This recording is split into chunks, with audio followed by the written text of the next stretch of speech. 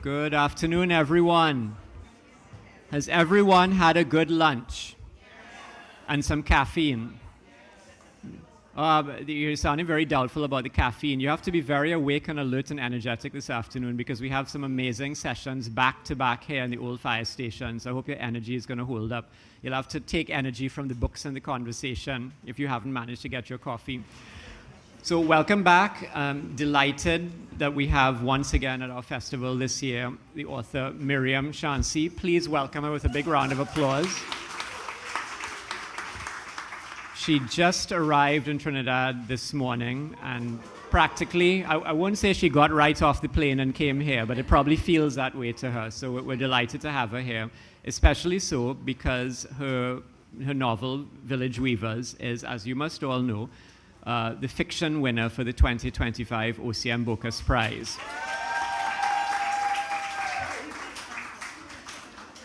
Myriam was here, of course, at our festival last year, and so some of you may have heard her read and speak about the book then, but she's back. A year has passed. We are all a year older. The world has changed a lot in a year, and so the conversation about the book, the way we read the book, changes because the world changes around us. So we're thrilled to have her back. She's going to be in conversation with Denise, deCaires, Narain. Let's give her a round of applause as well. Denise, as many of you know, is a literary scholar, literary critic. She also happens to be the chair of the fiction judges for the OCM Bocas Prize. So what better person to talk to Myriam about the book than one of the judges who has just spent several months deeply engaged with it and discerning that it is the appropriate winner for the prize this year. Just very quickly, as many of you know, Myriam was born in Haiti, but is one of those, like many, many Caribbean writers, her nationality is a kind of a hyphenated thing because she spent part of her life in Canada. She's currently based in the United States. Our Caribbean writers are a very restless bunch. She's published several novels. She's published several academic works. Last year, one of the books that she spoke about and read from was a non-fiction book called Harvesting Haiti, which was actually shortlisted for last year's OCM Bocas Prize for non-fiction. So this is her second year as a prize author, really, here at the festival. She also, has written books of literary criticism. Myriam came to one of our very early festivals. Maybe it was 2013 or 14? 2012, so the second festival. And what would the book have been that year? It was it Loneliness of Angels? Yes. The reason I suddenly remember that is because I remember what an incredibly powerful session that was, and the emotion coming out of the room. Anybody who was there that year, I don't think many eyes were completely dry through that session. She's a very powerful and affecting writer. We're glad to have her back. I'm going to get out of the way so we can start the conversation. Let's go. Please, round of applause to start them off.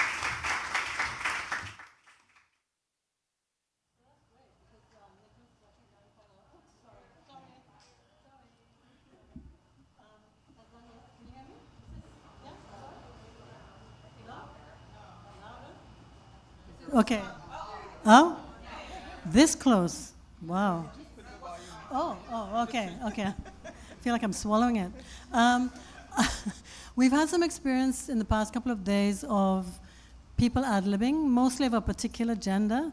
So I am not going to ad-lib.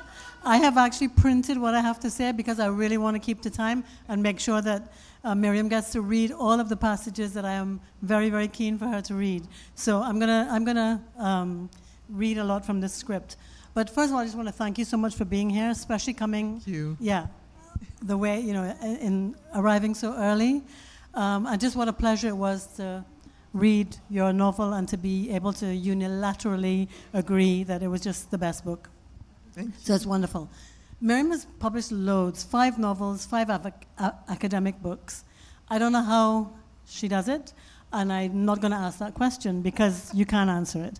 So I'm going to start off with a fairly general question, which is about the way we keep hearing about the death of the novel, the death of short fiction, blah, blah, blah. But it seems to me from the submissions that we had this year, the 33 submissions we had this year, which were all really exciting and interesting, it seems to me that prose fiction is very, very much alive and kicking. and in the Caribbean taking very many different shapes and voices. So I was struck by the depth and variety of literary hinterlands that contemporary Caribbean writers are drawing on. We heard today from the author of Kipling Plus, who in that novel actually has somebody reading Caribbean writing. So we read Kipling reading. You know, it's a wonderful kind of conceit. It's lovely. So what I wanted to ask Myriam, you begin, one of your epigraphs in Village Weavers is from A Room of One's Own. And then throughout the book, I just kept thinking of Toni Morrison's Sula. I kept thinking of certain Condé books, Dante Cat, lots of things. So I wanted to ask you if there were any particular literary texts, or even, you know, not necessarily a particular text, but just the vibe or rhythm or register of text that you particularly felt at work in writing Village Weavers. Well, thank you so much, first of all, for having this conversation with me, Denise, and being in conversation with the novel. I'm so happy to be back at Bocas, and thank you for everyone who's here in the morning. I feel like I'm a little asleep, but I'll do my best to be cogent in my answers this morning. You know, when I work on a novel, I tend not to be reading other writers. This was more so true for the last novel, which was on the 2010 Haiti earthquake, because I just didn't want to be influenced, you know, by what everybody else was writing, especially if they were Haitian. With Village Weavers, there wasn't necessarily a work I was thinking about, because I was trying to recreate a time period. But what's interesting is that since writing the novel, I went back to read Jacques Roumain's Masters of the Dew, Gouverneur de la Rosée, and I actually had never read it before. I had my mother's copy from the 40s. I had heard of it, of course, and so I kind of knew the book, but I hadn't actually read it. And strangely, it had a lot of resonance with Village Weavers. So I don't know if there's something, when you're from the Caribbean, you hear about stories, you're also all being told stories a lot, but it kind of seeps into your work regardless, you know? So I think, and of course, I teach a lot of Caribbean literature, so in that respect, even if I wasn't thinking about it consciously, people like Maryse Condé, Marlene Orbezi-Philip, people who take chances with how form can be re-informed, I think clearly was something I was thinking about here, because I didn't want to write a chronological novel. So I was kind of in between the literary mind and the affective, in the sense that this is a novel based on my mother's generation, my mother having passed in 2019, and all of her sibling group as well, people who were of different ages, but within 2 years, they all passed. And so I wanted to recreate the kind of memory that I remember being in conversation with when they were alive. And that was never chronological. So there's a little bit of both. Yeah. I mean, I love the idea of a kind of belated intertextual reference. You know, that's a really nice idea. Throughout the book, weaver birds, hummingbirds, brown birds, finches, birds of all kinds feature prominently in the text. And I wondered if you wouldn't mind reading us a couple of short passages to illustrate this. So I think the first one comes from page 42. Before preparing for this, I realized that what I was doing was really asking Myriam if she would just read the book from like start to finish, and that would have been perfect. But it didn't seem fair. So, yeah. Okay, so we're going to start here. So in this passage, you find out a little bit about the title of a novel, Village Weaver.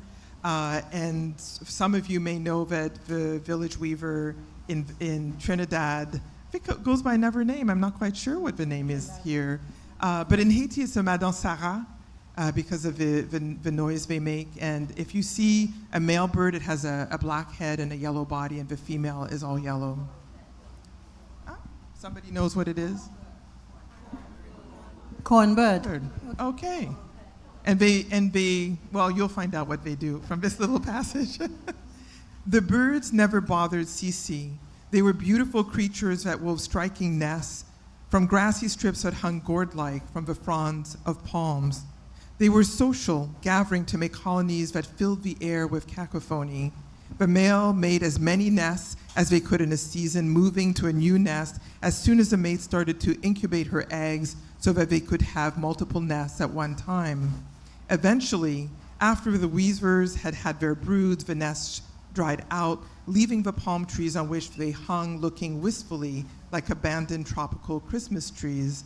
Simone often wondered if the birds were called Madame Sarah not just because of their constant chirping, but because of the dexterity of their weaving.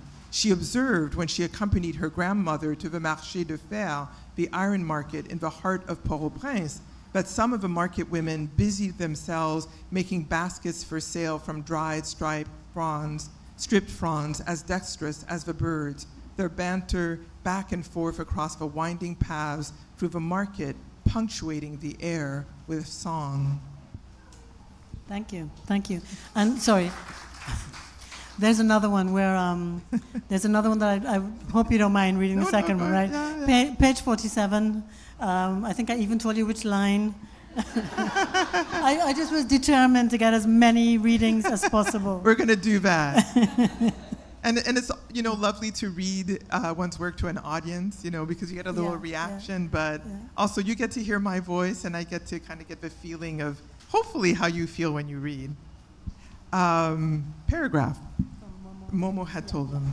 So Momo is Cici's grandmother. There are two main characters, Cici and Gertie or Gertie. Momo had told them when they were children that whenever they saw small brown birds around, they should look up and say hello because it was an ancestor that came to visit them.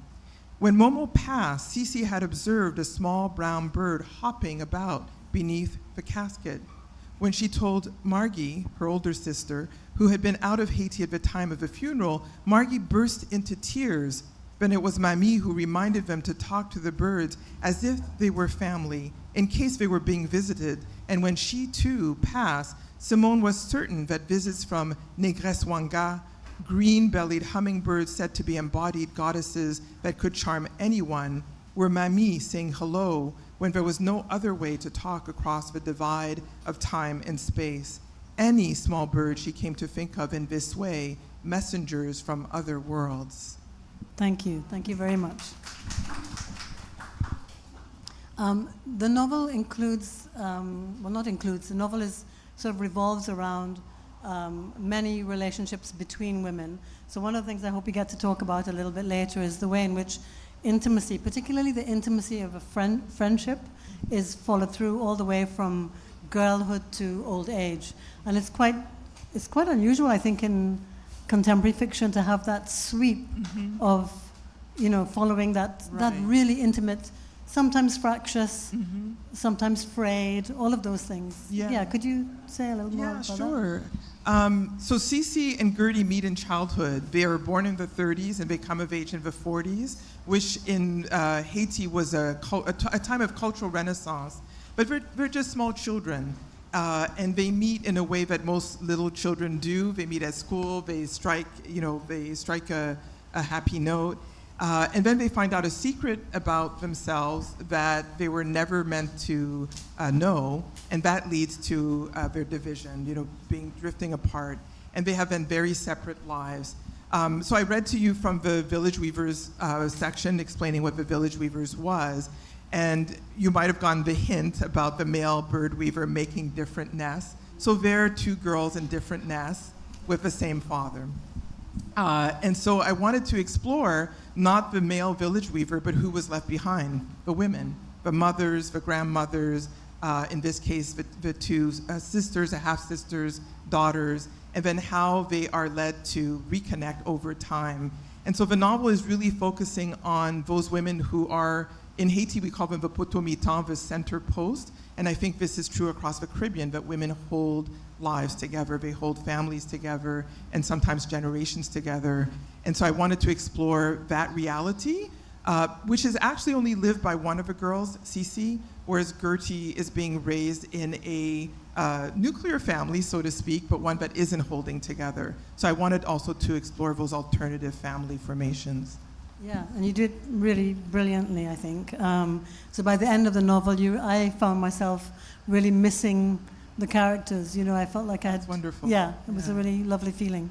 And I also like the way you in a way the way you play with inside and outside. Yeah. You know, the outside child, the inside. Yes. That whole kind of dynamic between the intimacy of family life and the way in which it's impacted by the social, the political, Right. the cultural. Right. It seemed to me to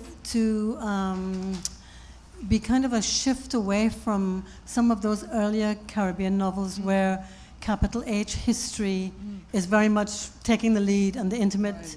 Do you know what I mean? So I love the way Totally. you kind of turn that around. Yeah, I think, you know, the idea here, because I was thinking about my mother, who passed away in 2019, and her siblings, I was thinking about how so much of that generation's lives were impacted by very big historical moments for Haiti, but had to be lived on a very, you know, small scale. So how to bring the small scale to a novel and then make it, you know, the entire, stage, so to speak. So you see through their lives that Haiti I was speaking about in the 1940s, but then they become teenagers at the onset of the Duvalier regime. They're becoming, you know, young women, and many of us had to leave around that time. So Gertie will go on to the Dominican Republic, Cece will end up in France, and then eventually they'll both end up in the United States. And so I had to explain those movements, but this was true for so many people in that generation. But what I tried to also capture was the fact, and I think this touches on what you're talking about, the capital H versus small h, is that many people don't realize that there's a generation of Haitians, I think actually a couple of generations of Haitians, who had to live outside the country but were always thinking about Haiti, where their present was actually elsewhere. So they weren't assimilating to the new cultures. They lived there, you know, they worked there, but the point was always the return, whether you were returning in the summers or you were sending things home so somebody else could have a better life. And so that's what I was trying to capture. And the reason that people are outside and often cannot return is because of big H history. Yeah, so I had to show that impact of always, and that sometimes, as Cece finds out when she's in France in her early 20s, that history follows you, you know, so the dictatorship wasn't just on the island, it could follow you outside of the island. And there were secret police that were sent to, especially to places like Paris, to find political opponents who were often activists. They were not actually political people, but they might be, priests or nuns who were standing up for the people, and they would be pursued in other countries. Yeah, and also, excuse me, also the way in which, you know, globally, the anti-colonial struggle catches up with them too. So that when they're involved in Paris in protests against, the kind of resistance to French colonialism, they find themselves caught up in that. Yes. And so one of the things I really like is the way in which you show how Haiti is so associated with kind of tragedy and trauma, and so, but you really show how it's dotted everywhere in the world, and it's connected. Right. And it seems important to your me? work. It seems. With this novel, but maybe other parts of my work, I really wanted to show how, I think there is a tendency to think of Haiti as a half island that's isolated from the rest of the world, even from the Dominican Republic, which is on the other side of the border. So people will talk about the deforestation, but not talk about the real causes for that deforestation, which is colonialism and neo-colonialism. And so in this novel, I really wanted to capture a sense of how Haitians are really global citizens. So many of you are aware of the Haitian Revolution, and that is something that Haitians are very proud of and that we carry with us. When times are down, you remember, well, at least, we won our battle against the French. But there is also this sense of having to go out in the world as a Haitian and seeing the world through a very different prism. So when Cece ends up in France, as you mentioned, and she gets involved with her friends there who are involved in the Algerian resistance, she gets involved too because she knows, and her friends, one of whom is Italian Haitian, articulates, well, I can't liberate Haiti now, but I can try to help with somebody else's liberation. Yeah. And I think Haitians have that sense of being responsible, even in, despite the fact that Haiti continues to be on a slippery slope which I would argue is not, Haitian cause or Haitian led. It again is about neocolonialism and ongoing extractivism and so forth. There is this sense of we do know what our history is, and we want to be able to help whomever we want, even if we're struggling ourselves. I mean, just connected to that, the other thing that struck me about the way you write history into the novel, not just that you do so through very kind of the way in which it's sort of imprinted on particular bodies in particular ways. I really like that. But also just that sense of the impossibility of leaving history behind, what you've just been talking about, and also not explaining to the reader. One of the things I think that struck some of us reading the submissions for the prize is the way in which some particularly writers just starting out, feel the need to explain, more than is necessary. I really love the way you actually make quite a lot of demand on your reader in a perfectly in a good way, yeah. That you have to keep your, you have to be on the ball to read the book. Okay. And what you don't know or what, you might need to have translated, you provide enough context, I think, for that. So I really love the fact that you didn't keep explaining thank you. History, because that it can break the dream. It can break the feeling that you're in another world. I think for me the intention, but I can say, for people who are starting out as writers, it is something you learn over time, because I hope I've been able to do that through my earlier novels, but I know that with my last novel, I had an editor who said, you don't need to give us as much information as you think, and that actually really had a profound impact, because I think I always struggled in the past with how much history to include, and I tended to leave things out, as you're saying, but depending on the editor, there would be a feeling like maybe you have to over-explain, or you have to explain, especially Haiti. There's always been a sense that you have to go back to 1791 and then explain everything to the present day. And that editor, sort of said, you can just put one line. We don't need 5. We don't need, a whole paragraph.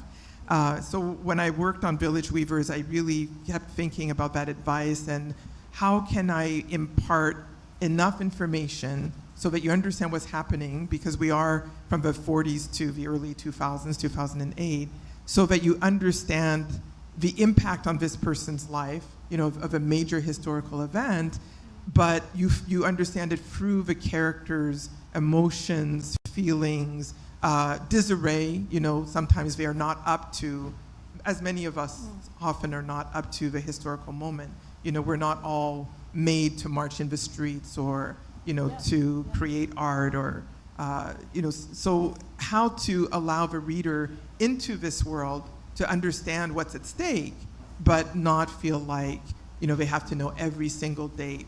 I provide just enough so you know what's going on, and then maybe are encouraged to then go look at a history by Haitian, scholars. But then sometimes you also have very, very short little passages where lots of information is given, but just very kind of light touch. And I think that worked really, really well. That makes me think of it. There's a passage which we didn't pick for today, but there's a passage where we can read it. We can read it. We can find it. Well, I don't know if I have it marked. But it's because I think at one point someone was asking me. So the character of Cece ends up in Ohio for a period of her life, midlife. So she's in her early 40s and has I think her daughter's 10 or 11 at that time. And she's beginning to understand that she's in the wrong marriage. So she married somebody, an American who happened to be in France when she was there, and she thought, okay, this will make life easier, so to speak. And when you find her in Ohio, there's a paragraph where she just goes through all of the things that she's reading in the news, The birds have fallen out of the sky, blackbirds. She is talking about worst winter storm, blizzard that they've had in 30 years, and a number of people died. It's just one calamity after the other. And the reason I ended up writing it in this compressed space is because I was trying to get at, why does she want to leave Ohio? I mean, there are many reasons why you might want to leave Ohio. But it was 1971, and these things actually did happen in the span of a month. And I thought, imagine if you were an immigrant, and this is the news you're reading, and you're in an unhappy marriage, and the birds literally fall out of the sky. All these things happen. So I just thought, let's just put that as a litany of things that now are convincing her that maybe could leave Ohio. No, I think it's a really effective way of conveying the passage of time as well. And also, again, punctuating the sense that drama and tragedy is everywhere, it's not, the sole exclusive. It's outside your window. Yeah.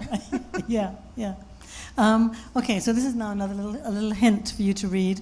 There's a lovely passage that hints at this kind of connection between Haiti and intimacy of lived experience. It's where Cece is remembering the sound of her mother's sewing machine. Okay. Yeah, so would you mind reading that? It's Not at all. page 93, and it begins...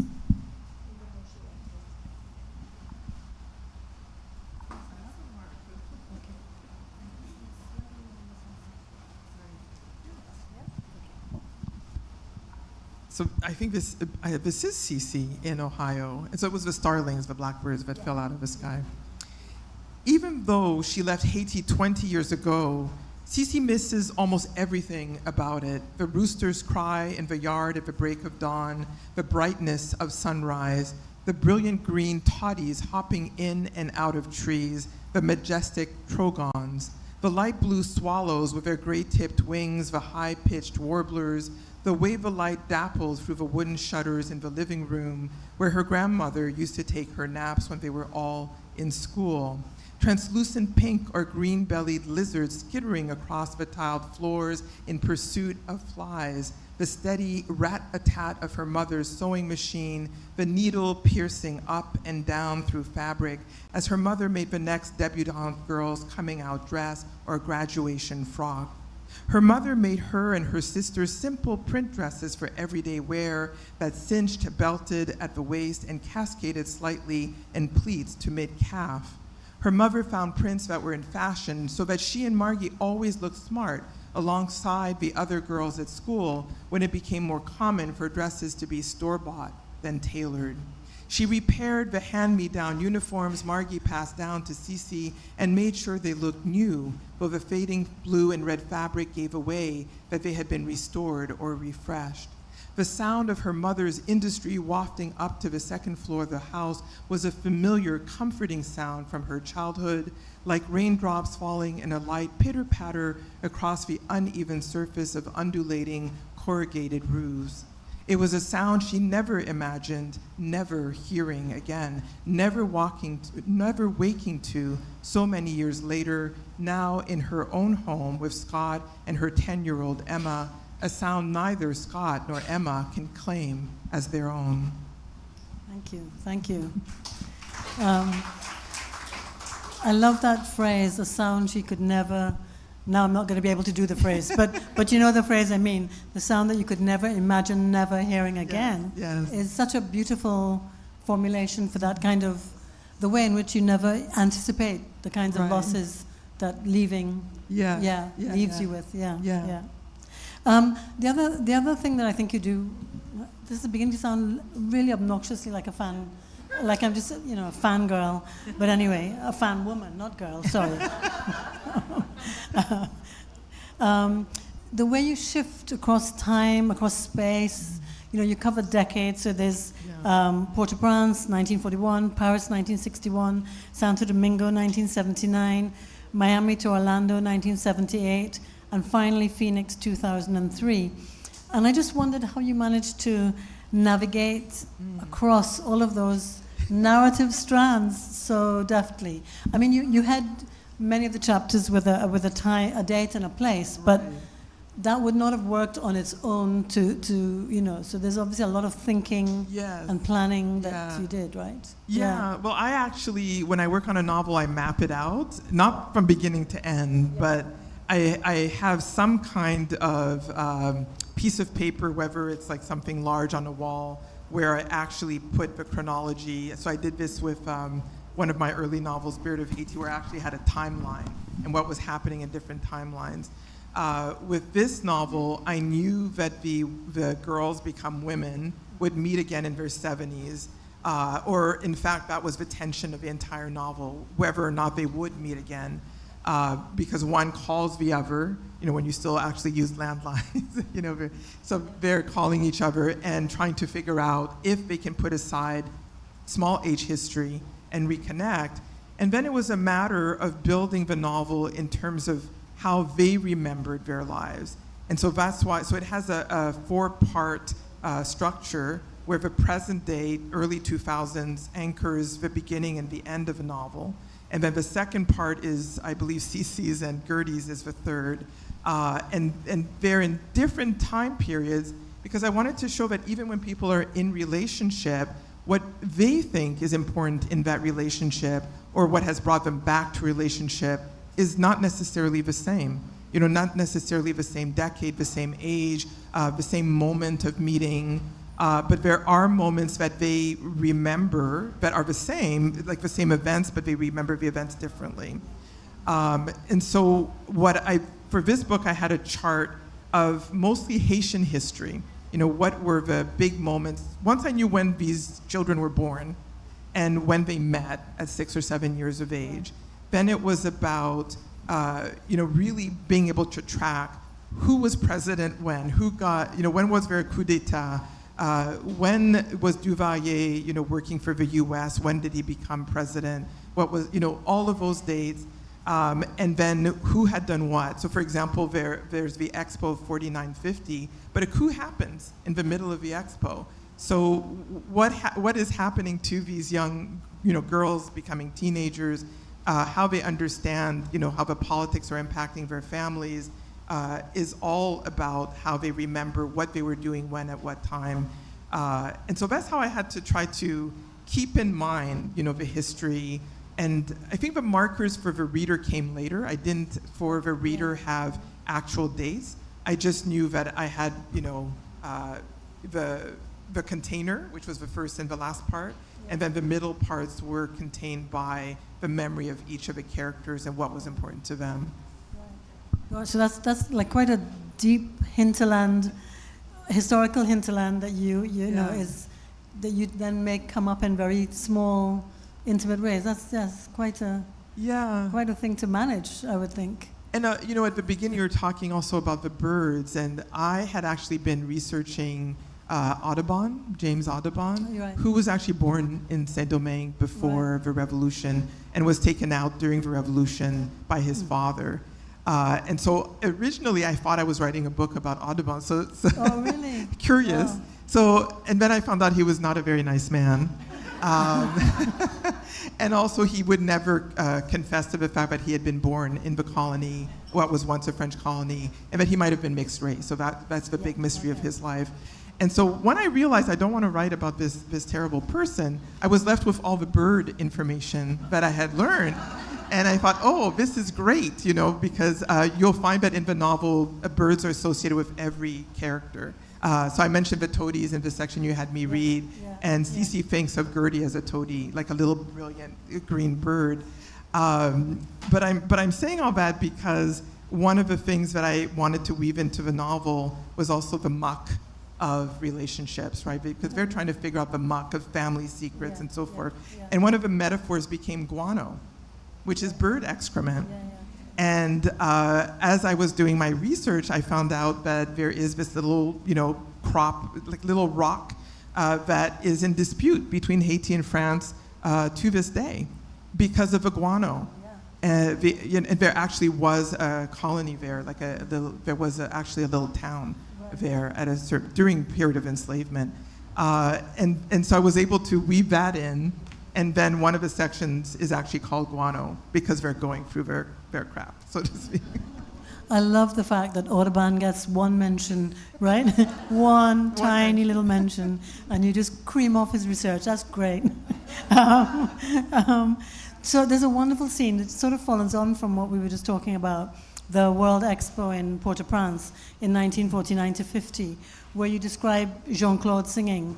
And then very, very swiftly after that, the whole scenario has changed. Yeah. And within like 3 or 4 pages, I think you managed to to really convey the before and after of that particular historical moment really beautifully. So if you don't mind, there's 2 separate readings, please. Yeah. Sorry. I feel like a... Do you want me to just read them back to back? Would that be okay? I can do that. Thank you. Is everybody okay with that? Okay. Yeah? Yeah? Okay. Phew.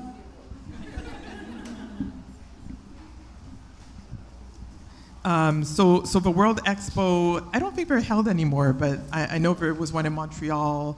There was one in Vancouver, I think in '86. So we had an expo in 49-50, and the whole world came to Haiti. People like Dizzy Gillespie, Miles Davis, Celia Cruz, and of course we had our Martha Jean-Claude, who was already becoming a star at the Rex. People remember, we're in Haiti, I remember the Rex. And she eventually came to the stage there and became an overnight sensation, eventually meeting Celia Cruz and having a lifelong friendship with her. So Cece is going there as a teenager. She's been invited by her friend Lou, the Italian Haitian that I mentioned before, who she'll meet again later in France. And here is Martha Jean-Claude coming onto the stage. Oh, what a sight it is. Cece has never seen anything like it, anyone like her, as resplendent as Martha Jean-Claude, who comes onto the stage with arms wide, smiling from ear to ear in such a way that it makes clear to the audience that she knows she is luminous. The copper skin of her bare arms and shoulders glow from within, and her 2-tiered necklace made from carved abalone shells sparkles and gives off a blue hue under the stage lights, which produce a halo effect around her form as if she were a heavenly apparition. She is a peacock with all of her plumage out, with her hair piled high underneath a head wrap that has been swirled around large curls to form a crest atop her head. She wears a light yellow cocktail dress with a form-fitting satin bodice held up by thin spaghetti straps and a billowing taffeta skirt sashed with a multicolored checkered madras cloth. Jean-Claude struts across the stage in heels 2 inches high that make her appear to levitate. And as she moves the cord of a microphone across her body expertly so as not to trip over it, while making her way toward the waiting crowd, raising the microphone to her lips, the drummers seated on the stage behind her start to beat out a fast syncopation that brings everyone in the audience up on their feet. She begins to sing a racine, a roots love song. The lyrics speak of seizing a young man's love, holding on to him until the singer's heart bursts. Jean-Claude makes enticing circling gestures with her free hand alongside her hip bone. Everyone in the crowd grabs whoever is closest to them, whether woman or man, and dances. Lou reaches for Cece and they jump up and down to the rhythm of the drums. The crowd presses from all sides. There is no room to move, but it feels like heaven, a true gathering of joy.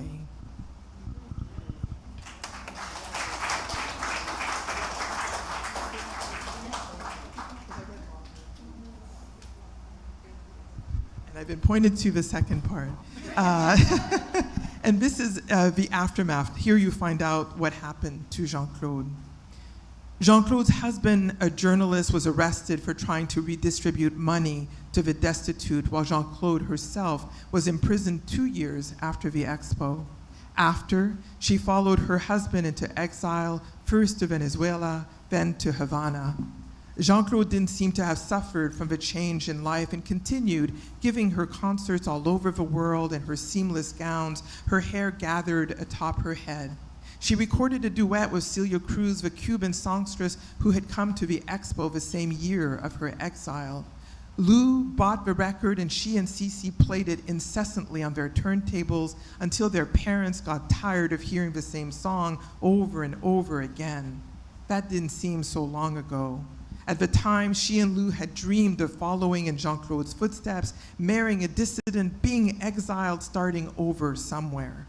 It had all seemed so romantic, but now Cece was beginning to understand the instability of a world in which they lived, but nothing about it should be idealized. Thank you. Thank you very much. Thank you. I think we might have to just gallop a little bit now. But there was another passage that I was going to ask you to read, because one of the things that I think the book does really well is to convey the sense of powerful women, the power of spirituality, without romanticizing it. So what I like about Mami, Momo, Margie, is that they all pass on these myths and stories, but insist that they're adaptable. They're not something that just has to be passed down as a kind of, given. So, yeah.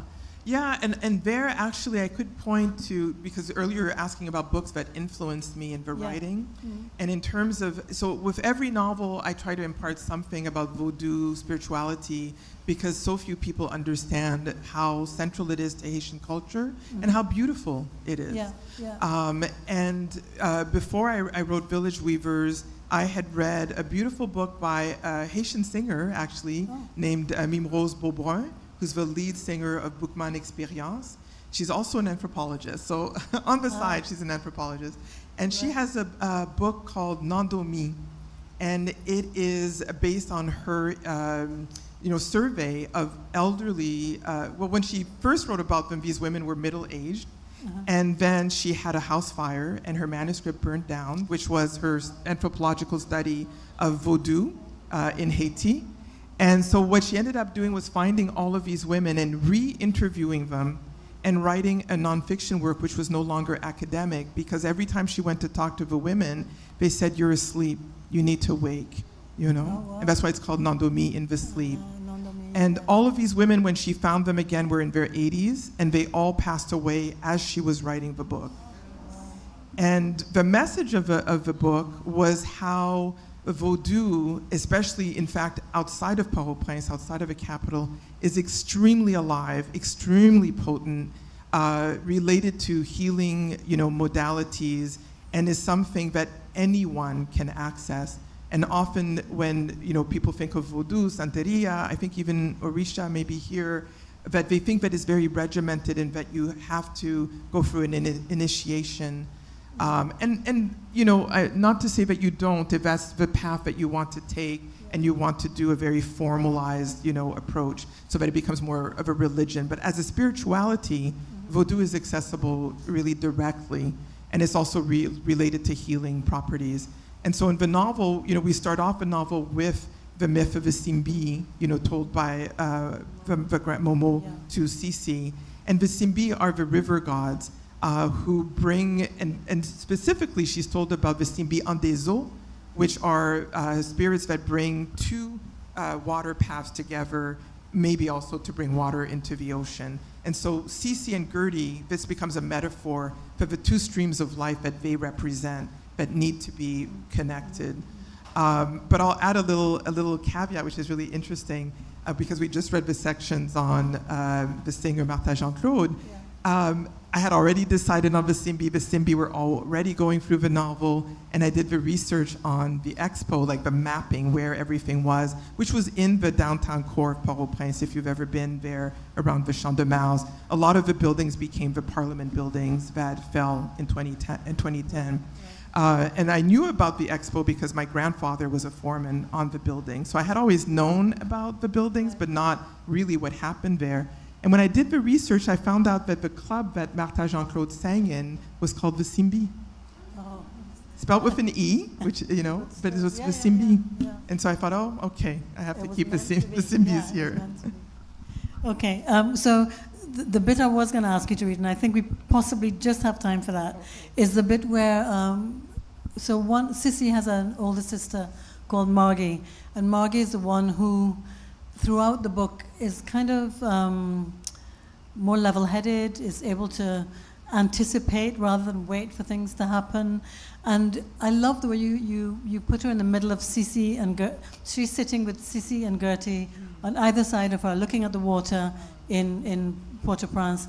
And they just look to her like to them, she seems like a goddess. Yes, yeah. And I love that. I love the way that she's telling them, really look at that sea. Right. Because you don't know, you want to be able to remember it fully if you need to. So would you mind reading that passage? It's on page 35, yeah. Okay. From Gertie Huddles. Yeah.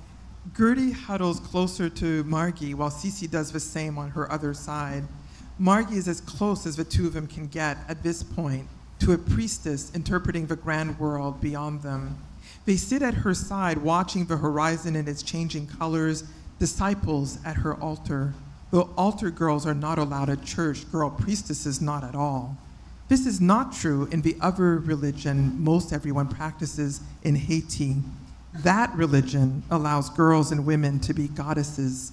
Looking across at Cece, Gertie can see that they both feel the same way toward Margie, that she is some kind of goddess incarnate. This is what the older girls and Gertie's sisters must already know, Gertie thinks.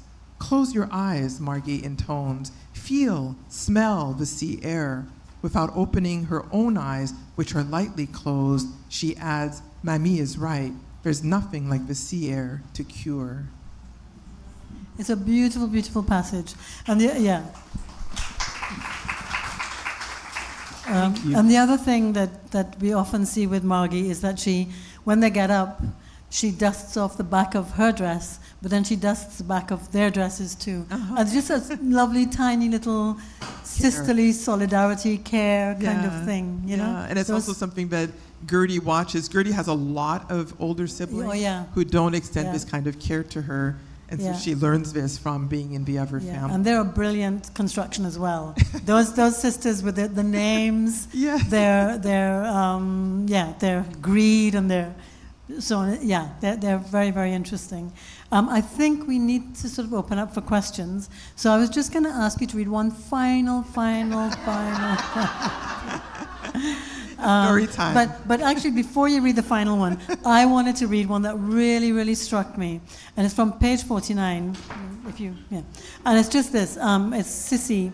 She says she was hungering for interruption, anything to move away from the ache of loss that is, in some way, the cost of living.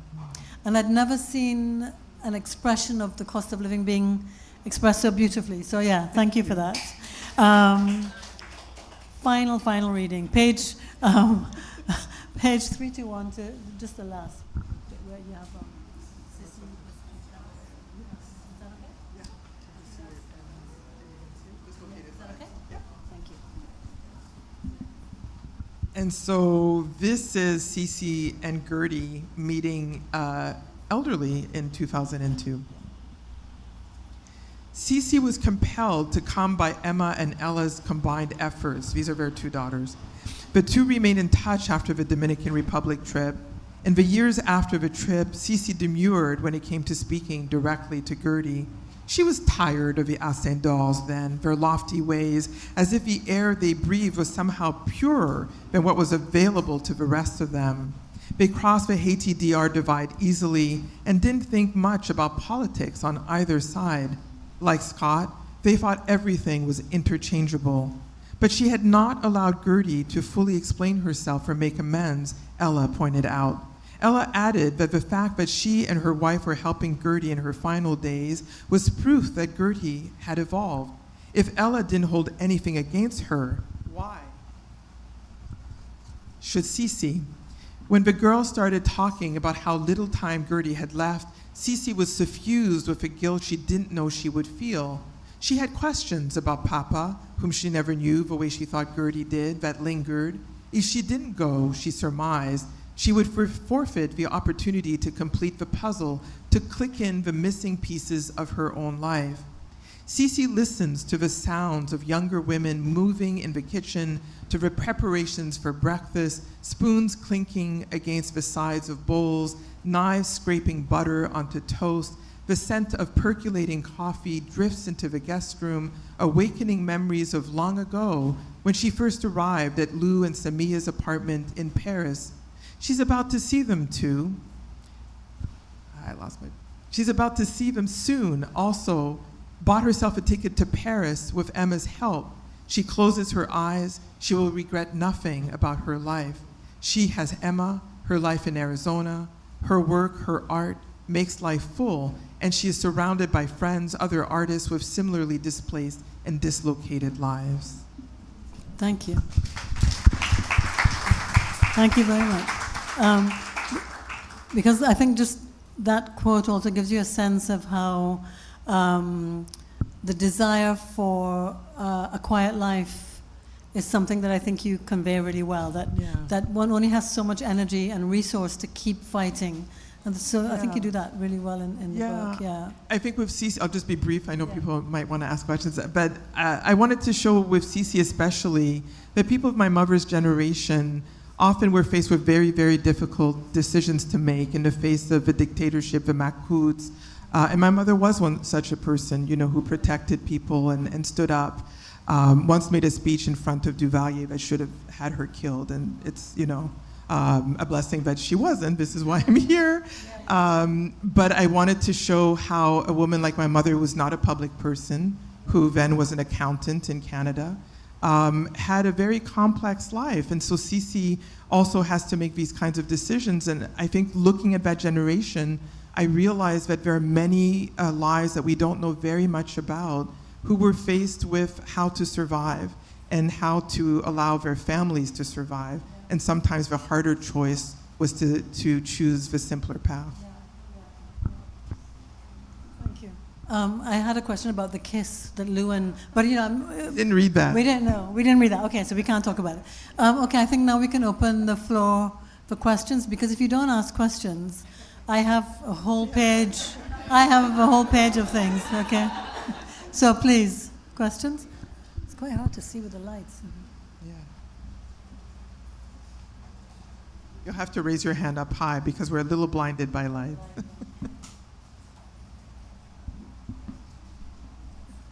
Oh, there's a mic coming through to help out. Could you go into a little more detail about how you map out, I guess, when you're starting the writing process? Mm-hmm. Is it just those big historical moments that you write down, or do you kind of plot out what are the, I guess, the tension that you like to create in different parts of the novel? Do you make notes of that so you can refer to it as you're writing? Yeah, thank you for that question. I keep books like journals where I have notes, and usually a dedicated journal per project, because I usually write 2 projects at the same time. I'm not now, but I usually do that. Sometimes I lose track of where the journals are, but then once I'm really into the writing, I try to keep to one that's just for that book. And I'm writing notes about what I know that character might encounter or experience. And then I also have the map, which in this case was like a fold-out chronology where I could put, the dates, the historical notes in one place, the cultural notes in another, because I also had cultural notes, what record came out in this year, by a Haitian writer, who was singing in Paris that these girls were listening to, and then what was going on in their lives. So basically 3 historical lines, and then different historical lines depending on which character I'm looking at. So within the major timelines of the 2 sisters, then I would have to plot out when does, this person's mother pass away, when does father pass away, this kind of thing. And sometimes things did shift a little bit, because sometimes, so for example, when I was talking about Cece in Ohio, that year where all those terrible things happened really did happen in the span of a month or 2. And so I actually changed the year that she was in Ohio, because Ohio was kind of a blur for this woman, so it didn't matter if I changed it 1 year, or 2 in one direction or another. But for example, the start of the Duvalier regime is fixed. That's very clear. So that's immovable. But what happens to the characters around that is then the decision I need to make. But I would say that first I start with finding the voice of the characters, finding out, when they're speaking to one another. So with these characters, it started with who they were first as elderly people trying to reconnect or to stay disconnected. And then it went back to the childhood, capturing those voices, and then making decisions about how old they were when they met again, where they were. And then everything else had to be dominated by who is this character and what is important to that person's life. So you don't get the same swath of memory in terms of ages. It's slightly different because they had different trajectories once they left Haiti. Really? So you actually started with them as older women? Yeah, with a Wow. phone call. The phone call Wow. was really what I was, That's who would really call interesting. whom and Yeah. how and why. Yeah. And then the scene when they truly find out that they Yeah. have the same father, was a scene that I wrote from both perspectives. And then, Yeah, okay. yeah. Yeah, wow. Okay, that's interesting. Any other questions?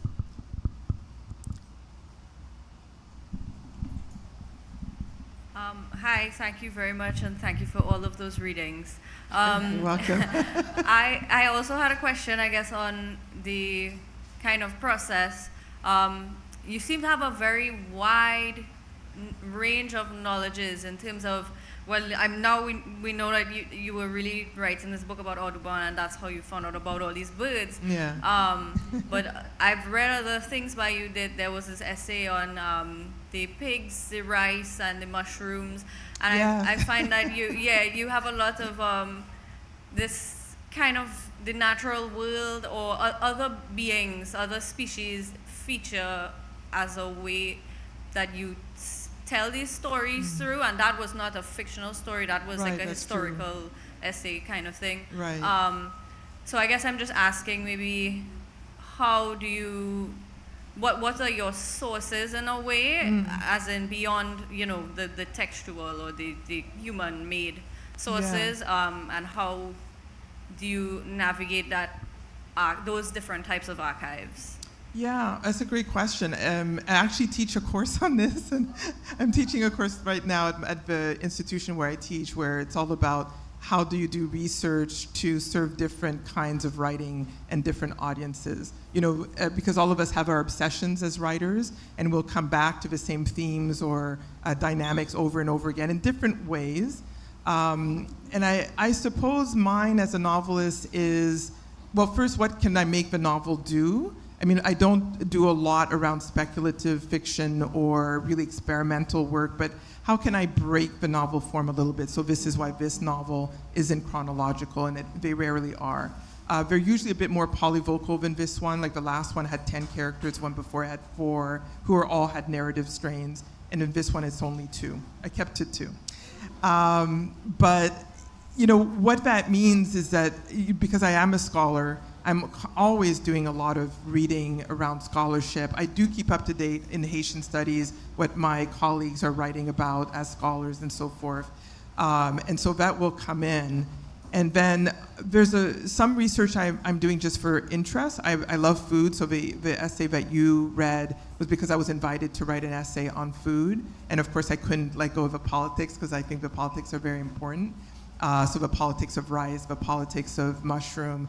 And one of the things I discovered there, because I'm one of these people where I find one little thing, it's like a thread, and then I keep pulling on it until the whole yarn, comes, like everything pulls apart. Like pulling on a sweater and then everything unravels. It leads me down these holes. So for that article, for example, a lot of people, I'll just throw this in, I know our time is almost up. But a lot of people know that barbecue, the term comes from Taino or Arawak, but there's actually a term in West Africa called, I think it's barake, which is, babake, which is very, very similar, which is a similar way of barbecuing that came from West Africa. And then in Haiti, we have a mushroom called jonjon. And when I looked up sources on jonjon, all the sources were about Europeans finding mushrooms, and it belongs to a European strain. But how were those mushrooms found? How did it become a staple? You only find this mushroom in the interior of Haiti on dead logs. That's where you find it. Who found it? Maroon communities. Why? Because the African women who were in those maroon communities were the women who foraged in Africa and knew the difference between poisonous and non-poisonous mushrooms. And that's how we get jonjon and the wonderful riz jonjon. So, so you can just see this is how I function. It's like one thing leads to another, leads to another, leads to another. And then my job as a novelist, as Denise was indicating, is how to be restrained. How not to give you all of the wonder that I came across, but the feeling of a wonder rather than all of the information. And that's what I try to do. And then you can use all that research to do these incredible academic publications. So it's a kind of win-win. I just want to say thank you so much for being so generous in reading from your work, especially Thank you for inviting jet me to lagged do though you so. were. So thank you very much. Can we please thank all of you?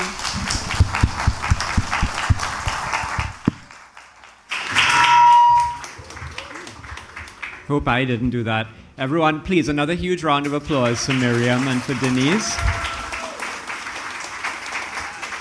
I am very sure that some of you will want to get Myriam's book signed. Of course, it's been available from the booksellers here at the festival. So please bear with us. Let's get Myriam out to the book signing table. Let's not waylay her in here. So give us a minute to get her out to the table, and you can see her there. Also, in just a couple minutes, 2 or 3 minutes, we will start the next session in this room, an exciting event with 2 poets. So you're going to have to make up your mind. Go and get your book signed. Come back for the poets. You'll have to move fast. Thanks, everyone.